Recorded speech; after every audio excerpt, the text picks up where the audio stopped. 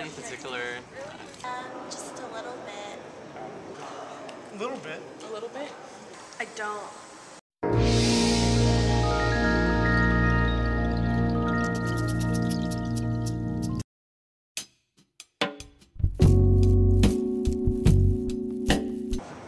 I support it. Like, the terminally ill should not feel that they have to die, but that if they choose that that's what they want, if they're in a lot of pain, then they should have that option. I'm just tired of people telling me what's right for my life. They should have been the ones who should have been able to say whether they should stay there in that vegetable state or not. Well, I think people should choose if they want to suffer for however long they have left. They've even got one of those legal statements that if I'm, because of illness or whatever, unconscious and I'm unable to respond for myself, that I have two people that can tell the doctors to pull the plug.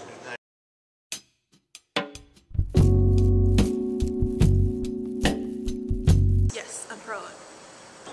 I am in favor. I think it should be advocated.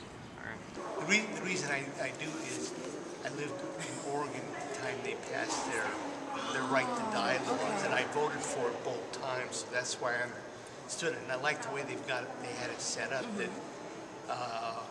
giving you certain steps to follow. And they also made sure that the steps are very very closely watched and followed. Okay, so basically you're saying that you agree with... Yeah. You agree.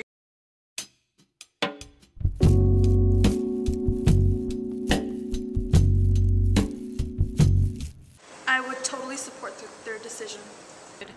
I guess if they're in a lot of pain and they're not really enjoying life. I would support it. To support it because it's their life, it's what makes them happy, and it'd be selfish of me to decide whether they want to take that path or not.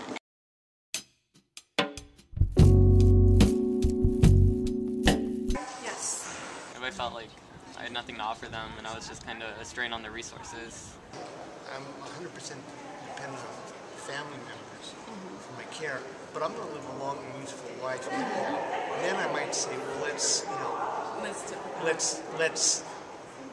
continue doing what we need to do. Only take it when there's not going to be no opportunity to provide a long and useful life for me.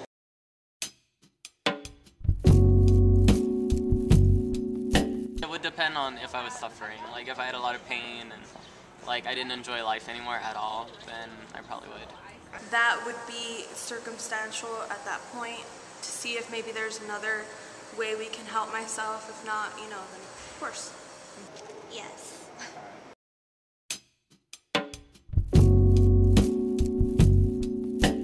Pass on, please. I would want to pass on.